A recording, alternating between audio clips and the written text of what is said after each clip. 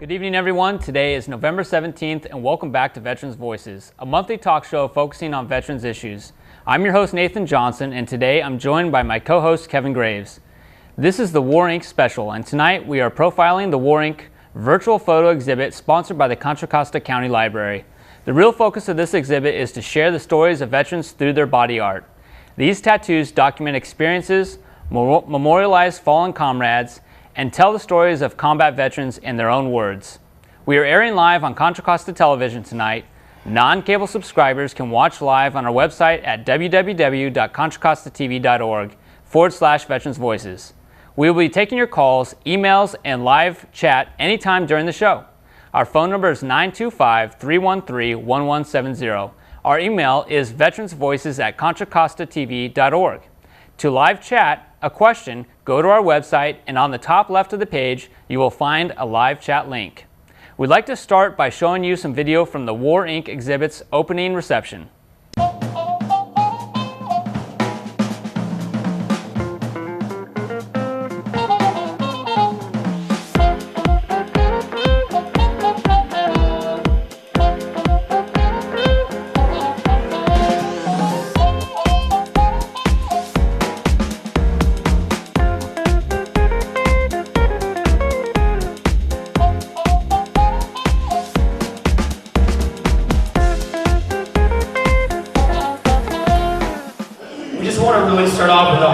Thanks to all of the veterans who trusted us to tell this story in the right way.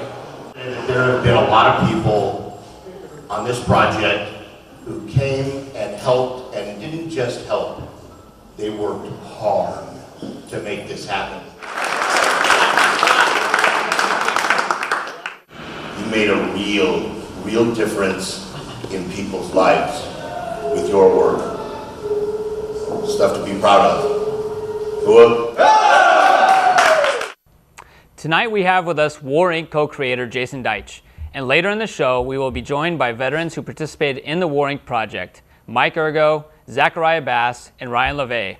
But first, welcome, Jason. Thank you very much, Nathan. Yeah, Jason, I've known you for about 10 years now. You're very well established in the veteran community.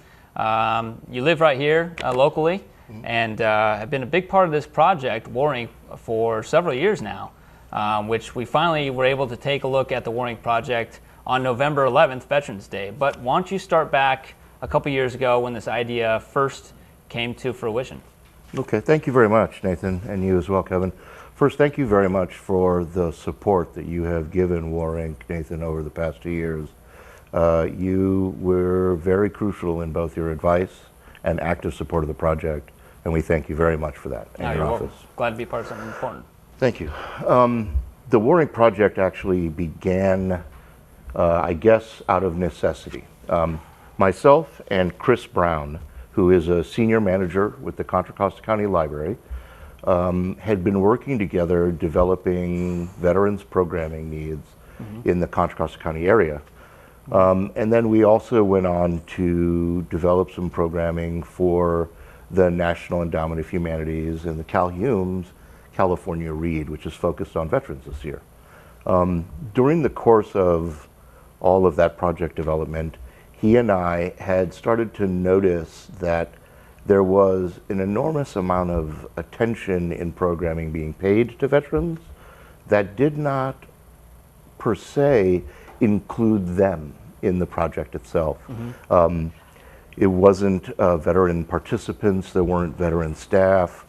Also, we realized that there still existed a considerable culture gap between the veteran community and civilian community, and that it was probably one of the most foundational obstacles to veterans returning home from the conflicts in Iraq and Afghanistan. All people need community. In order to have community, you have to be able to communicate meaningfully. Right. Because if you can't communicate meaningfully, you can't have relationship. And if you can't have real meaningful relationships, you can't build community together. When veterans come home from war, not only have they been for 4, maybe 5, 6, 7 years a member of warfighter culture, which is substantially different from civilian culture. and has been actually rigidly separated over the last 60 years from civilian culture itself. But those who actually go to combat have had an experience that there is no place for in the American public mindset.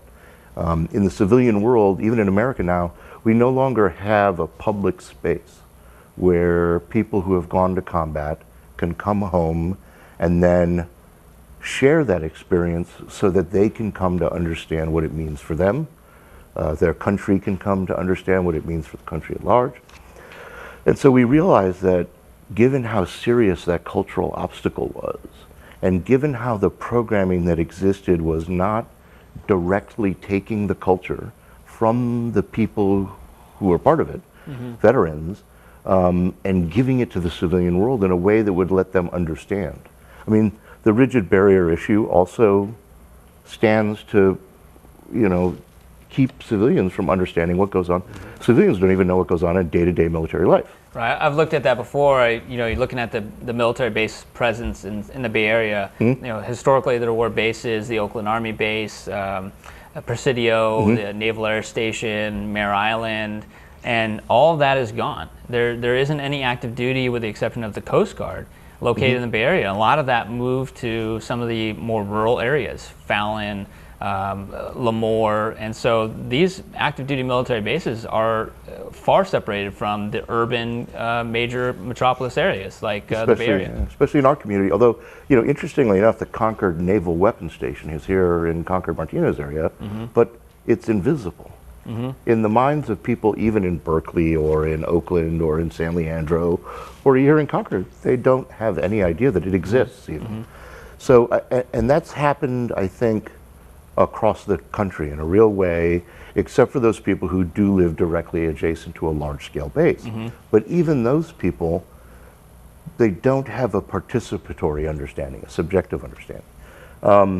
So Chris and I were in the backyard of a woman's house, and we had been talking for a couple of weeks about how could we do something, a project that was really authentic, that would give a concrete introduction to the civilian world of veteran community, of veteran warfighter culture.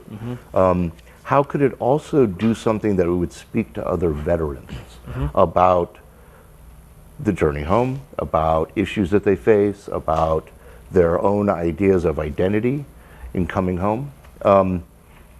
These are all like very weighty topics in our community, but we realized if the project didn't do something to include both parties in it, it would be failing to recognize that big obstacle we talked about, that major foundational obstacle. And we were kind of struggling on like, what could we do?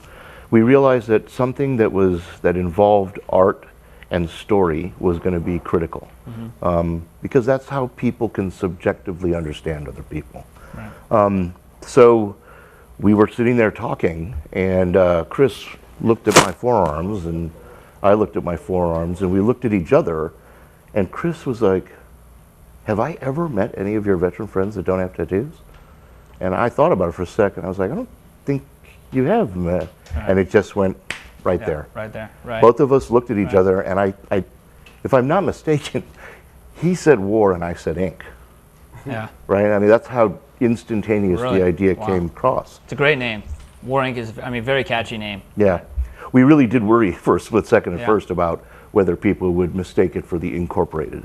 Because there had been other, movies and books that talked about military-industrial complex issues, and we did not want those to mix up here. This is not Incorporated. This is Inca in the sense of the word of the tattoo. It literally deals with the substance that makes the color and the outlines the entire art, right?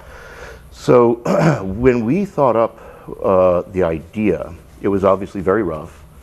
Chris and I, with the support of Contra Costa County Library, and we began a process of research. He and I did, I would imagine, 300 or 400 hours worth of work in reviewing academic literature, researching the issue of veterans and tattoos, veterans in transition, because what we realized quickly was that there were a couple of very interesting factors. In the last 30 years, tattooing has become much more commonplace in the civilian community, much more mainstream than it used to be. It's funny that you use the word, in the beginning you said we knew that art and story were going to be associated or involved, and I think maybe the traditional understanding that people have of tattoos is that it may or may not be art. Some people don't see it as art, but you're right, the mainstream or the acceptance of tattoos has changed or shifted over the years. And we also noticed that when that shift started happening, a new generation of very artistic people became interested in tattooing right away. And so what we saw was a drastic increase in the quality of the materials and the inks. Inks used to be made from semi-toxic stuff. The color red in the old days was iron oxide, was actual metal. Other colors were made out of other, not great stuff. Now they're all vegetable based. They're all completely, and they have much more vibrant colors, many more colors. They last longer. And the technique that these new artists were bringing to tattooing has caused an amazing renaissance in the quality of the art. So we started seeing amazing stories. I mean, given that warfighter culture in and of itself is not very expressive, and it does not tolerate emotionality very well. And there's reasons for it not to and reasons that might be a problem. But what we focused on was the fact that this increase in the technique of tattooing and this issue in the military, in service, where you're not allowed to express things the same way you are out here. I mean, in the military, tattoos have always been another way to say things. They've always dealt with identifying your unit, identifying your deployments, who you've been with. But they have become more and more steadily a secondary language of expression through image. Also, I think that there are some experiences that happen in combat that words just don't work very well to explain. And because those are experiences that are completely outside of the threshold of normal human experience. So this combination of factors had produced this storytelling ability on the behalf of veterans that was incredible. We started seeing amazing subtlety and use of metaphor. So when you say you started seeing, what do you mean you started seeing? You started walking around and kind of witnessing veterans with their tattoos, or do you mean that you started actually recruiting veterans to be a part of this project, and they were showing you were they submitting art photos to you? First it was just Chris and I beginning to notice it more. Because when we turned our mind to it, it was like we became very concentrated on it. But then, so we managed to fill out and get a grant from California Humanities, which is the state branch of the National Endowment of Humanities. And that was to do a very little project that involved, I believe, 5 veterans from Contra, Costa County, and that was it at first. And we actually had managed to get StoryCorps, the nationally renowned Military Voices initiative that StoryCorps runs, to agree to come and record those veterans. And Chris Brown, my co-creator, is a genius at development in the sense of collaborative team building. So he and I were able to leverage the StoryCorps participation into a continual growing of the project. But it did require a extraordinary outreach process. This isn't surprising, right? Being a veteran and having, being a big part of the veteran community, things like, yeah, man, we want you to come to this project where we're going to stick a camera in your face, and then we're going to videotape you, and then we're going to ask you really difficult questions, and you're going to like it, right? Well, veterans can be hard to find, just in general, too. Yeah, right? I mean, there is no audience that has been harder to design programs. They don't gather in one spot, generally. I mean, they can be found easily at VFW halls, maybe they can be found in community colleges, but there's not really just kind of a pool for you to just go pick from and say, you follow me, you can be a part of this. So you have to actually seek out where these veterans are, but then you have to gain, it sounds like, their trust and really their buy-in to what you're trying to do here, right? Yeah, I mean, there is no just getting them to do anything. You do have to build a relationship with them, and they actually have to believe in the project that you're doing yourself. Right. So we realized that it was going to be difficult, but we believed that when we connected with them and were able to tell them about the core goal of the project, we wanted a project that would introduce their real culture, not a stereotype, not a simplification, who we really are. And at the same time, would try and ignite a dialogue between civilians and them in a way that would result in a much better mutual understanding of each other. Yeah. I just want to remind everyone, tonight's topic is War Inc., and we're joined tonight by co-creator Jason Deitch. And I want to invite everyone to call in with questions or comments. You can even chat online, or you can send us an email. We have a rare opportunity to have War Inc. online tonight, and we want to make sure that whatever comments or questions you have pertaining to this special project, you can join us anywhere from anywhere in the nation. So hopefully you're watching. Call now, write in an email, chat, and let's get to the questions and comments for Jason Deitch. Jason, take us to when this kind of came together for you guys. You're starting to receive some grants. Veterans are now interested in the project. Where did this all happen? Most of it happened out of the libraries and my house, basically.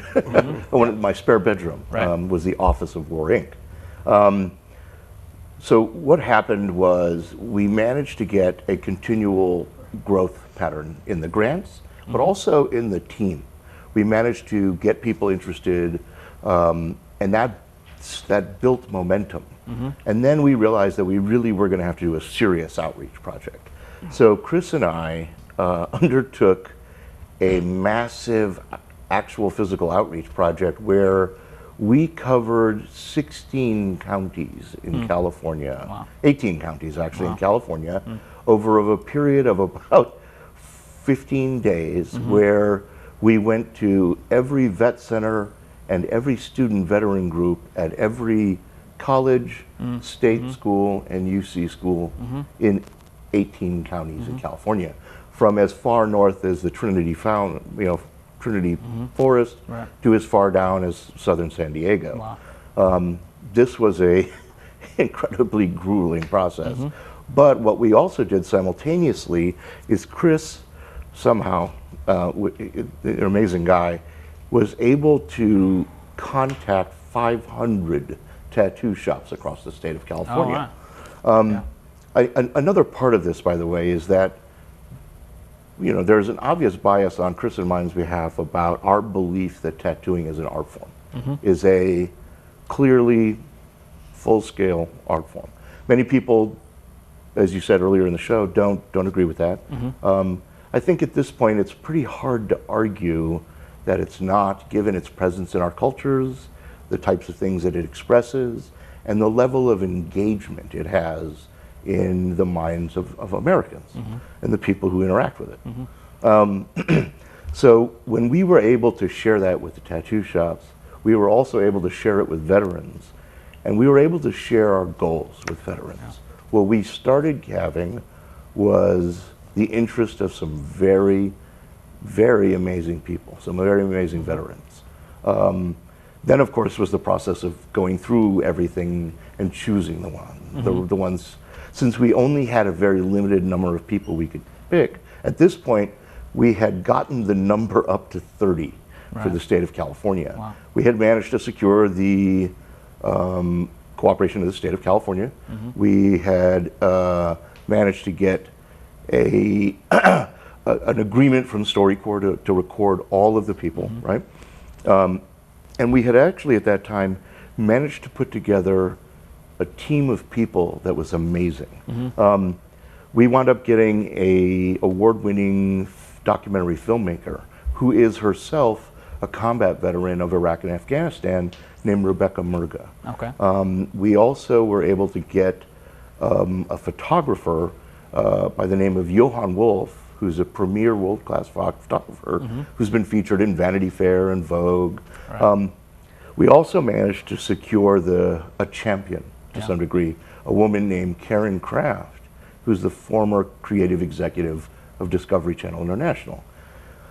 With all of those things in play, we were also able to secure the help of a international digital design company. We realized that we had a choice early on. How do we present this?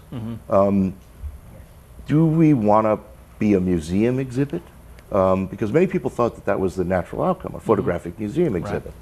But Chris Brown and I felt really strongly, actually, that for this to have the kind of impact it should, and for the people to have access to it, it needed to be something that utilized the internet. Not everybody can go to a museum. Not everybody wants to go to a museum. What we need to do is let it be available to everybody. So we decided that we needed a website, but obviously we needed a pretty special website to present both this kind of content and the story that we were going to tell. So warinc.org revealed itself on Veterans Day. It's been now less than a week since these photographs, since this promo documentary, since these stories have been told. Real quickly, because we have just a little bit of time, tell us a little bit about what's happened since this has revealed. I guess there's two amazing things that have happened.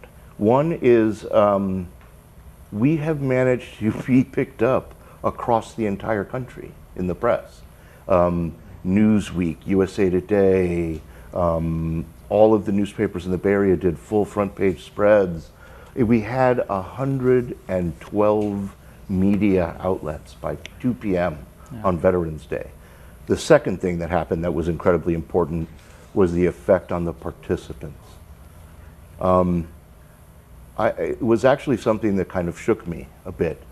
We were able to see people take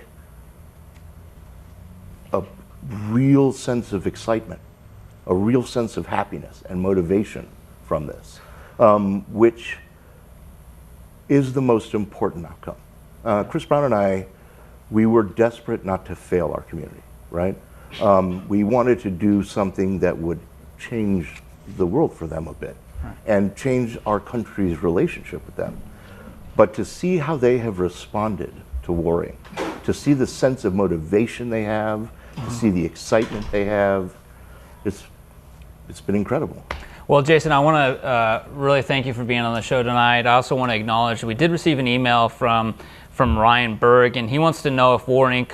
plans to continue their work and what it might look like. We're out of time, so we can't unfortunately answer that, but I guess from that, I guess what we're seeing is that people are hoping that the War Inc. project will continue to grow and that we'll continue to see more. We've seen from 24 veterans, there are millions of other veterans out there who have stories and who have War Inc. that go along with those stories, and we want to hear those stories. So thank you very much. If you haven't already tonight, I encourage everyone to visit the website www.warinc.org.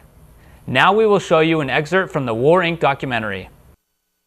I served in Kyrgyzstan, Iraq, Kuwait, South Korea. Sergeant in the United States Marine Corps, and I served in Iraq. I was a sergeant in the Marine Corps, and I served in Iraq and Afghanistan.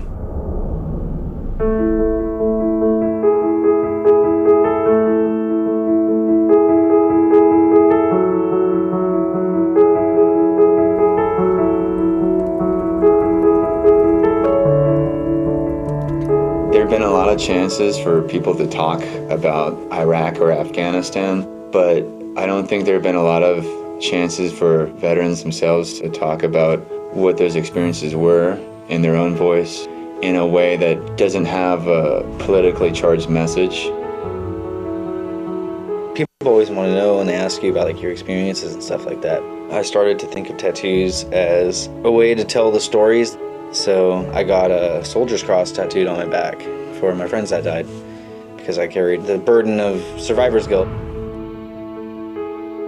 It's a tribute to those that are no longer here, but it also serves as a reminder to maintain my humanity and the experiences that I've been through, where I am now, and how that's going to shape who I become in the future.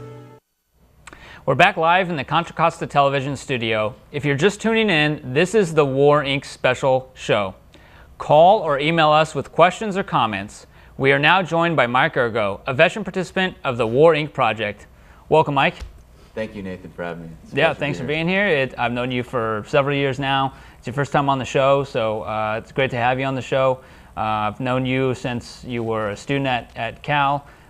You've worked at the Vet Center in Concord now for several years, and most importantly tonight, you're a participant of the War Inc. project.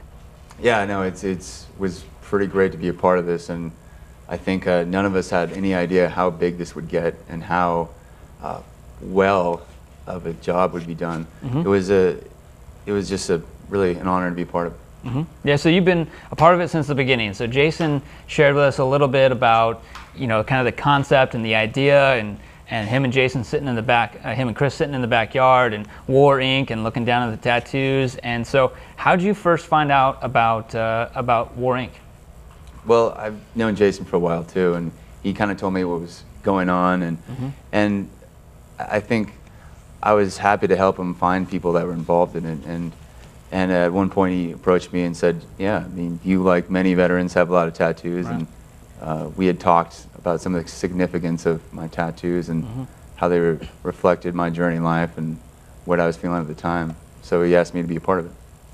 Yeah, great. We get to see a little bit of the documentary. You're featured in there with your beautiful daughter. Yeah. It's really moving, very touching to see you holding her with your tattoo. And, when I see the tattoo, I see Phantom Fury on there. And I know that you're a Marine. You served in the Battle of Fallujah about 10 years ago. And so, have you had this tattoo since you got home from Fallujah, or since you got out of the Marine Corps, or when did you get this tattoo?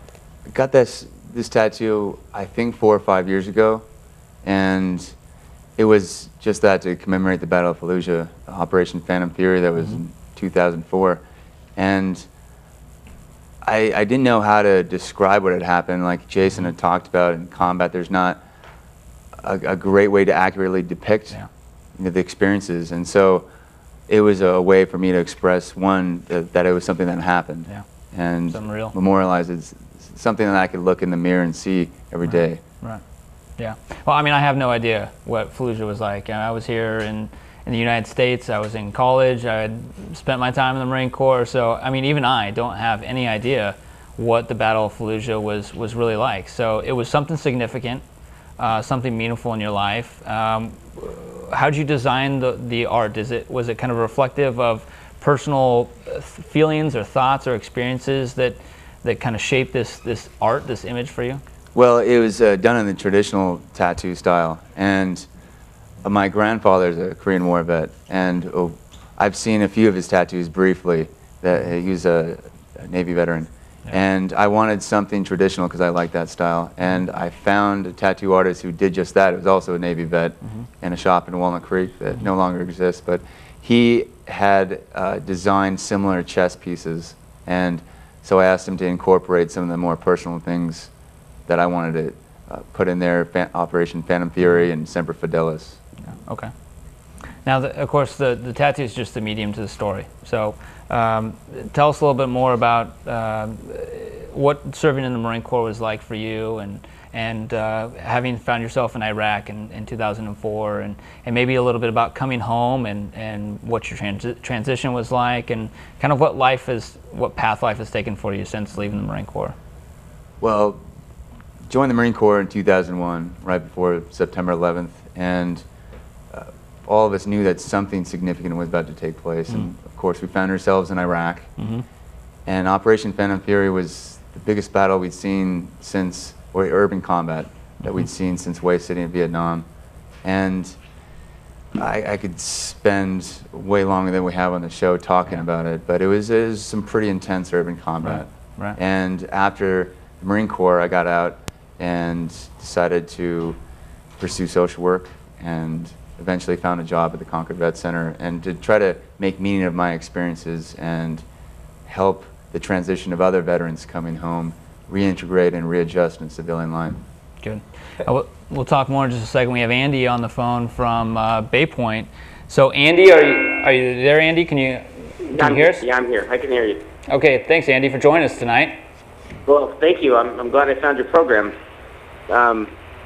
I love what you're doing with the ink. So I wanted to let you know that when I was 19, when I joined the service, the first thing I did was to go get a tattoo on my right arm.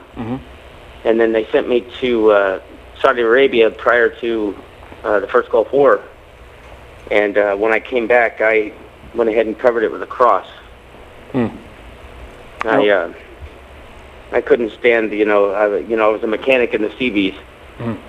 And so, I got a tattoo of the thrust muscle of the woodpecker, but after what I went through over there, I just had to carry God with me. Wow, that's powerful. Very significant. Yeah, thanks, Andy, for joining us tonight. And what we're doing tonight is we're actually inviting everyone who's watching the show to submit to us images of your tattoos. What we hope to do in future episodes is show our audience just a little taste of what some of the body art or memorial tattoos of veterans specific to Contra Costa County look like. So, Andy, thank you for joining us. A CB, just for our audience reference, is a Navy unit that's a construction battalion. So they build things in combat. And so, Andy, thank you very much for joining us on the show. And Mike, you were just beginning to tell us a little bit about your transition out of the Marine Corps and into helping other people. And you've had a long path in doing so. You had to go to school at UC Berkeley. What is it like to now go from a role of being in the military, being in infantryman, being in combat, and now you're having the opportunity to actually help other veterans, helping combat veterans? It's really exciting, and it's very fulfilling work. Yeah. I had a lot of support coming back, and I was very fortunate for that. Yeah. From my wife, from my family, from friends, members in the community, neighbors, and I had such a positive experience that I wanted to see if I could try to give that experience to other people coming back and play a part in that. And it definitely takes a community to accept veterans and help them reintegrate back into society. So as a part of helping other people, would you encourage another veteran to participate in a project like War Inc., where it's important for them to tell their story, and maybe the tattoo is the medium just to begin that conversation? Absolutely. It's very empowering, and I didn't expect how special it would be of an experience for me being able to tell part of my story. And it's a story I've told before, but being able to do it through this medium and being able to answer questions that really went in depth and didn't just scratch the surface. Being able to tell my story that got away from some of the stereotypes of veterans, of being just war heroes or people who are broken and need pity or perpetrators sometimes. And so it gave me a chance to actually talk about myself and my experience and what it was like. Good. Well, Mike, I want to thank you for being on the show tonight. Thanks, Nate. I want to thank you for being a part of War Inc. Project, learning about your story. I mean, I know you. We do a lot of things together, but getting to learn a little bit more about you through the War Inc. Project has been very meaningful to me. And so thank you for being a part of something very important. And we are now going to go to another excerpt from the War Inc. documentary. Hadn't really accepted that I had fully come home. Because I knew men who died. And there's a part of me that died over there. I feel really alone in this world. I feel like, no one understands and no one gets it. And that's okay, I can deal with that. I feel kind of lost, like it's like when all of those things that are really important to you all of a sudden disappear. When your path isn't like exactly in front of you like it has been for so many years, then it's easy just to get really lost and kind of question who you are and why you're doing anything anymore. We're back live in the CCTV studio. We want to remind viewers that you can find us online at www.contracostatv.org/Veterans Voices. On the website, you can see the latest episode and previous shows. You can also ask questions and leave comments during the live show. There is a calendar of upcoming events, information about upcoming shows, and links to resources that we've talked about on the show. If you're just tuning in, tonight's show is the War Inc. Special. We will now be joined by veteran participant of the War Inc. Project, Zachariah Bass. Welcome back, Zach.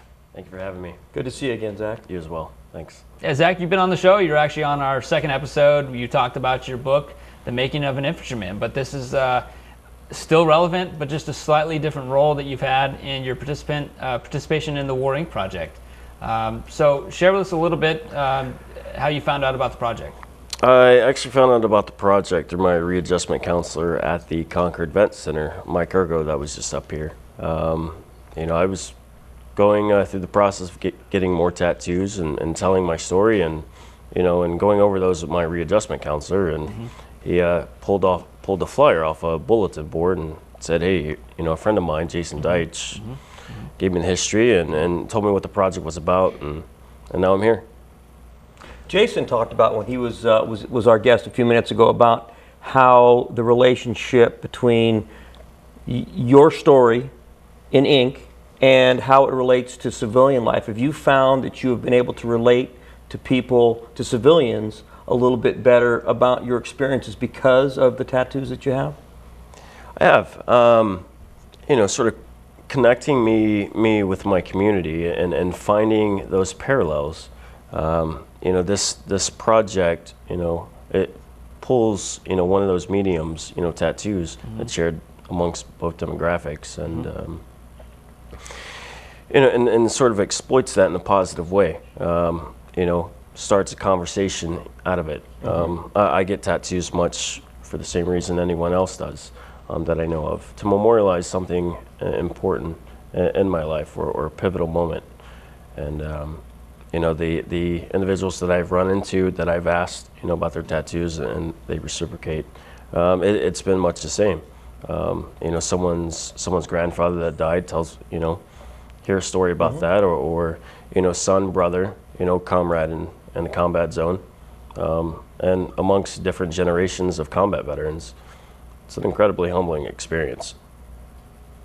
You've had a chance to be, since the War Ink has been revealed, the project's been revealed, you've had a chance to kind of be in the spotlight recently, and we were talking about how this has helped you share your story or connect with veterans, or connect with the community. One of the most distinguished or memorable things that I can recall is reading a quote from you in the newspaper in which you wanted civilians to know that we are them and that they are us, and that the only difference is that we've been to war and that now we've come back, or at least we're trying to. If I'm kind of paraphrasing, I'm misquoting you there, but no, it's pretty accurate. Okay, so tell us a little bit more about that. What do you mean by we are them, they are us, and the only difference is we've been to war? At the time, I was thinking people are people. People share different experiences in life. I mean, but the overall goal and thing I think that a lot of us hope for, at least I hope for, is acceptance and reintegration, and a sense of purpose within my community. And how do I get there? I don't get there by not being accepted, by being shunned, by my community for my experiences. And so that's part of what I meant by that. Yeah, I think it's important that you said that, and you've done a great job of making yourself a part of this community, and I think that oftentimes the community looks as veterans as if they are just something different, that we aren't human any longer, that we lose that kind of spiritual touch, or that human element of us. But in fact, we are humans, and we're just kind of shaped by these experiences of combat. But having you on the show before, we know that you've actually had several experiences in your life, and so people may not be able to relate specifically to your combat, but they can relate to you as a human being, right? Right. Your upbringing and what you're doing now. Yep. There's tragic events in all of our lives, and just finding ways to mitigate that and overcome it and adapt is incredibly important, and that's what makes it our individual journey. Yeah. So tell us about participating in the project. Tell us about being a part of the photo shoot, and we saw you on the excerpt of the documentary, and so sitting around and with the guys and gals that are a part of the project. How was that like for you? It was wonderful. I didn't know so many infantrymen hung out up here in Northern California.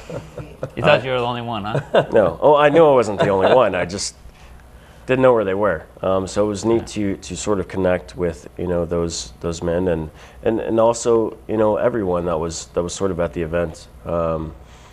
For the gathering of this, and I maybe at first I thought it was a little I didn't really know what to expect out of it, but I definitely enjoyed it. pushed past my limits of being comfortable, and because of that, I had a remarkable time, and love what this has become. What would you recommend to someone else who, another veteran perhaps, who's thinking about maybe how they can connect with the community or participate in something, push their limits, just by simply showing their tattoos? Start somewhere, whether that's tattoos you currently have. Start somewhere and build upon that. If you don't have a starting place, you can't build anything from it. And so, just add a little bit here and there, and eventually, you will do a lot more as far as reintegrating back into society and being comfortable within your own skin. Zach, would you invite people to ask you about your tattoos? I think from a civilian side, I look at your arm and I keep looking at your sergeant stripes on there, and I'm thinking I know what that means and I can relate to that and that. But if I hadn't, if my experience was different and I haven't participated in the military, I wouldn't know that. Would you be offended by people asking you about your tattoos? No, in general civilian life. I wholeheartedly invite it. That's awesome. That's great information, because I think people might be hesitant. Oh, well, what is that? I don't want to ask him about his tattoo. You know what I mean? And then that reintegration process doesn't occur. Yeah, because exactly. you don't have an opportunity to share your story with them. I think what helps is my artist. He did outstanding work. He did do outstanding work. And when we're speaking of art, I mean, what starts a conversation a lot of times when I go to museums and I look at paintings. Good paintings, right? I like them. That's why they're in museums, and I have great tattoos, and so they're conversation starters, and even someone looking at it, hey, would you like to know something about that, or same with me asking someone, or sure. Have you ever thought about getting ink, and so. Starts that conversation. Now you've actually gotten some extra tattoos since you participated in this project. You actually got the tattoo of the War Inc. Logo, if I'm not incorrect. And so, even beyond your military experiences, you've been able to use tattoos, or at least use tattoos to really kind of reflect these turning points in your life, right? Because War Inc. has been something that's, of course, related to your military experience, but this has been something you participated in. It's been a pivotal moment Yeah. in my life, as far as doing something incredibly important and being a part of something so much bigger than myself. Yeah. And that, is also a humbling experience. Yeah, it seems very large. I mean, I've seen pictures of you on the online gallery. It's just remarkable to see the pictures, to hear the quotes, to actually hear the StoryCorps interview, in which you can say a little bit more than what we can fit into 10 minutes on the show. So, yeah. Zach, I want to thank you again for coming back to the show. People should know who your name and know your face by now. You're our only returning guest at this point. But thank you again for being a part of War Inc. and being a part of some fantastic opportunity for veterans and the community to connect with each other. And thank you for sharing with us. Yeah. Thank you for having me. Appreciate it. We're now going to go to another excerpt from War Inc. documentary. It helps the civilian world kind of understand a little bit more about us, that we have thought processes behind our tattoos, behind what we do. The clouds are like the angel rays coming down, and it's my feet. They're my Chuck Taylors with wings, so it's like my feet going to heaven. Every day is hard, but kind of just accepted it and just try to make the best of what I got. I'm not dead, I'm always a glasses half full kind of person, so. We're not all crazy. Some of us are hopeless romantics. No, just most of us are generally just funny guys and ridiculously good looking. And yeah, people are very quick to judge when they hear military tattoos, which is a shame, in my opinion. Opening communication between veterans and civilians, that communication's hard. I'm starting to realize that it's an important thing to do. I feel like there might be one other veteran out there who might understand me And if that makes them feel not so alone, then this whole project's worth it. And the only sense of family I've ever felt was when I was in the Navy. And it's the most powerful feeling I've ever felt. I feel like I belong. I smiled a lot today. I don't usually smile a lot. It made me pretty happy, and I'm not usually very happy. I felt a little more beautiful than I normally ever feel. I feel like a disgusting person most of the time. Today kind of took all that away from me. It really meant a lot to me. I couldn't have asked for a better day.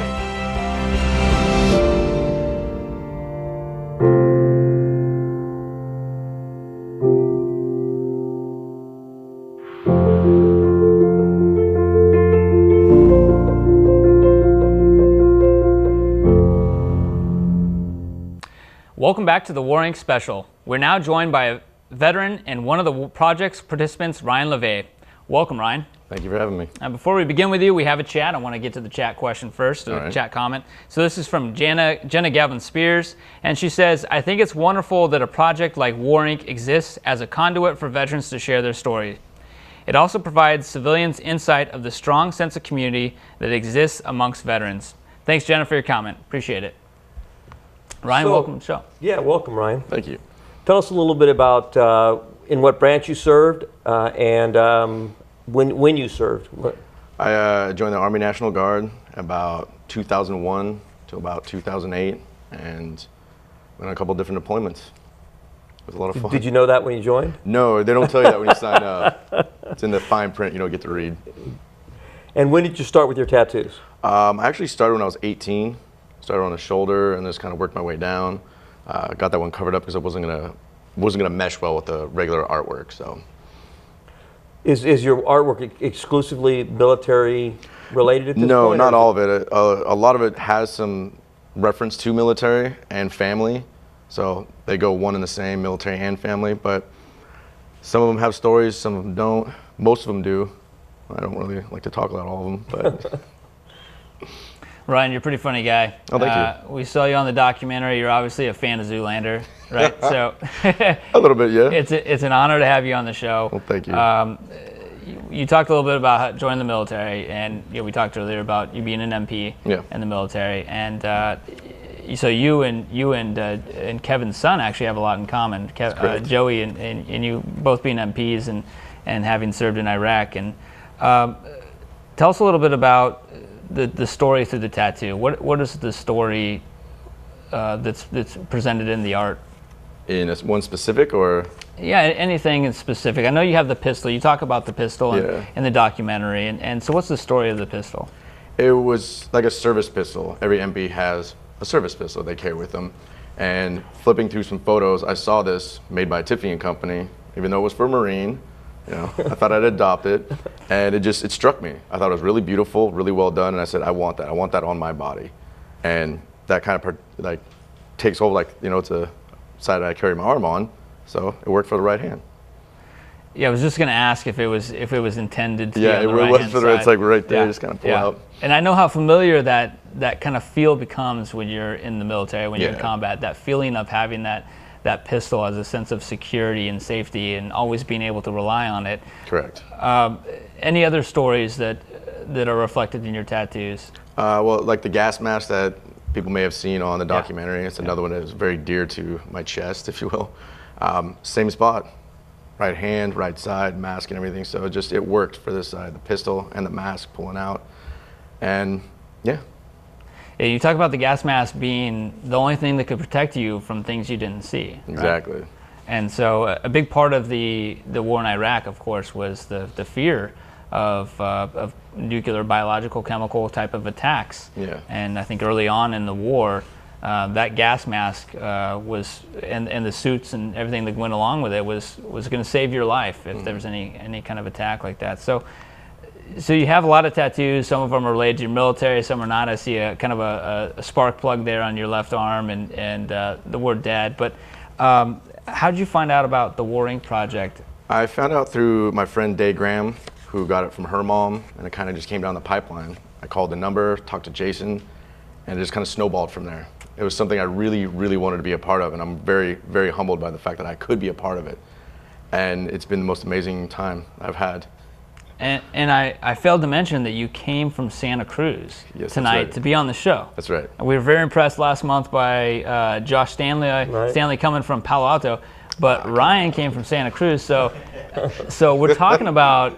You don't get a prize or anything, though. No, I wouldn't expect one. Okay. Yeah, exactly. No free hotel We're on a room state budget here. Okay, yeah, that's fine. But so Jason talked earlier about going through like 16 counties in 15 days, and so one of the counties was right there out in Santa Cruz County, out on the beaches, and they found you. Chris and Jason found you, and he talked about how difficult it was or how important it was, I should say, to make sure that a veteran really understood what Warink was about and to get the buy-in and get the trust. So how did you really kind of react to that initially when you first found out? Were you all in, or was it a little bit cautious, optimistic? Like I had said, I wanted to be a part of it, and going there for the first time, everyone's a little apprehensive, or I'm a little apprehensive because you don't really know everybody. You know they're vets, so that right there brings it down a little bit, a little more comfortable. But talking to JC, he's really easy to talk to, and everybody there was really friendly, and it just felt really comfortable within like the first 10 minutes. I felt like I was at home. Yeah. When you got to the studio to start the filming process, were all the other veterans already there, or did it accumulate over time, or did everybody come together at once? It was over time, and there were people there doing their interviews. Zachariah was there, I believe Joel was there, and a couple other veterans. But it was something that went over a matter of weeks and days, and I didn't get to see all of them, but in the end, I did end up seeing all of them. Yeah, and these are people you've never seen in your life. No, that's I mean, there's people from all up and down California, correct. And not necessarily from your neck of the woods there in Santa Cruz. Have you stayed connected with anyone from Warink? I have, get actually. To see? Yeah? Yeah. Talking, texting, trying to hook up later, things like that. Trying to find something where it's close enough, because people are all the way down in San Diego and all the way up north, so it's hours and hours to drive. So it's not really local. It's not easy enough for people to just get there and like, hey, let's go get a bite. Yeah. But you can plan it out, get the logistics done, and you guys can all hang out. Great. I want to remind everyone tonight's topic is War Inc. And I want to invite everyone to call in, to chat, to leave emails. Tonight's a special opportunity for you to actually have conversations with some of the participants of War Inc. We have Ryan LeVay on the show, and Ryan is a very important part of the War Inc. He's only one of 24 veterans who participated so far on the War Inc. project. And where do you see War Inc. Project in the future? Where do you see this opportunity for veterans through their tattoos to connect with the community? I'm hoping that they can come in and feel comfortable to talk about maybe their experiences, their tattoos, be approached. Not all of us are very approachable. Yeah. So I'm hoping that some can put their guard down, maybe go in and see like, hey, I saw this online. I want to know if there's any more projects coming up. Can I be a part of this? That's not easy. So I'm hoping that veterans look at it, have art, or thinking about getting art. It might be for a future project or be a part of it later on. Right. Yeah, maybe a tattoo has been something that they've been drafting out, and they haven't found the right kind of tattoo artist, right? Because this is a very thoughtful process that someone has to go through. Should I get this? It's a permanent decision. I mean, it for is most, a permanent for decision. most people, right? So, I mean, obviously, you're kind of an expert in this. Well, I wouldn't call it that. Well, I mean, you've got a lot of ink on your, and so have you found people are connecting with you who have plugged into War Inc., either the online gallery or maybe in your own neighborhood? You've told them that you're a part of this. Have they come back to you? Have they reacted in any way about you being a part of this? Well, I'd say most of it's through Facebook. People ask questions. I had one lady ask me if I could have coffee with her. I'm not sure what the intention is. But I'd find out. Yeah. But it's stuff like that. It's very subtle. It's little steps at a time, not one giant leap off the cliff. You start small, make it big. Yeah. Yeah, that could be a little dangerous at times, right? It could be, you're a little unsure. I mean, suddenly people. Like, I don't know what's down there. Yeah. Suddenly people are wanting to connect with you. Yeah. They're finding out that that behind the beard, behind the tattoos, there's a real human being, right? There's a real soul. I mean, just like Zach in his quote, right? That you are them and they are you. And there are differences. You've been to war, but you've come back. Yes. And that you can do something like have coffee, right? Yeah, definitely. And they're probably curious to know more about you. And that's more than likely what it's about. They want to know the secret of being ridiculously good looking. There's the Zoolander reference. Ryan, so War Inc. will continue hopefully throughout the nation. We'll find other veterans. There's been women who have participated. There have been men who have participated. All different branches have been covered. Iraq and Afghanistan. I wanted to mention that Kevin, your son Joey, who was killed in Iraq, people who aren't veterans have actually put your son Joey's name on their chest or on their arm, right? Yep. And tell us a little bit more about that. Well, there's several of Joey's friends that he grew up with that, to memorialize his sacrifice, have gotten tattoos, have gotten soldiers' crosses on their arms that never served in the military, but only know the significance of that because of Joey's sacrifice. And then I get harassed by all of his buddies in the Army too about, they have tattoos of my son and I don't have any, but yeah, I'm a survivor too. I haven't gone down that road yet. No. Yeah, we're survivors, man. We'll stay connected. Yeah, there we go.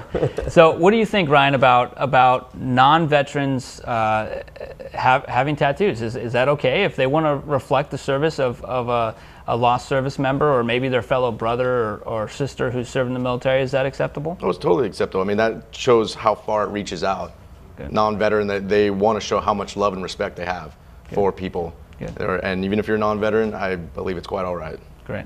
Ryan, I want to thank you very much for being a part of the show. It's truly an honor to meet you. Thank you for being a part of something so meaningful and so important as Warring Project. And as you know, Veterans Day was on the 11th of this month, and there were many events going on throughout Contra Costa County. Here's a recap of some Veterans Day events you may have missed. I'd like to thank the chair of the board. I'd like to thank the members of the board for the opportunity to have a recognition for the veterans of Contra Costa County. This is an important opportunity every year that we take out of the board's agenda to honor all veterans, men and women, who have served in the military and who reside currently in our county. We're thankful for our veterans. We're thankful for the service they've given, the sacrifice they have made for this country so that we may live free. We're thankful for all that you do in our lives. We're thankful for those that have helped with this day, that have put it together behind the scenes to help honor our veterans who serve so courageously here and throughout the world. We are truly thankful.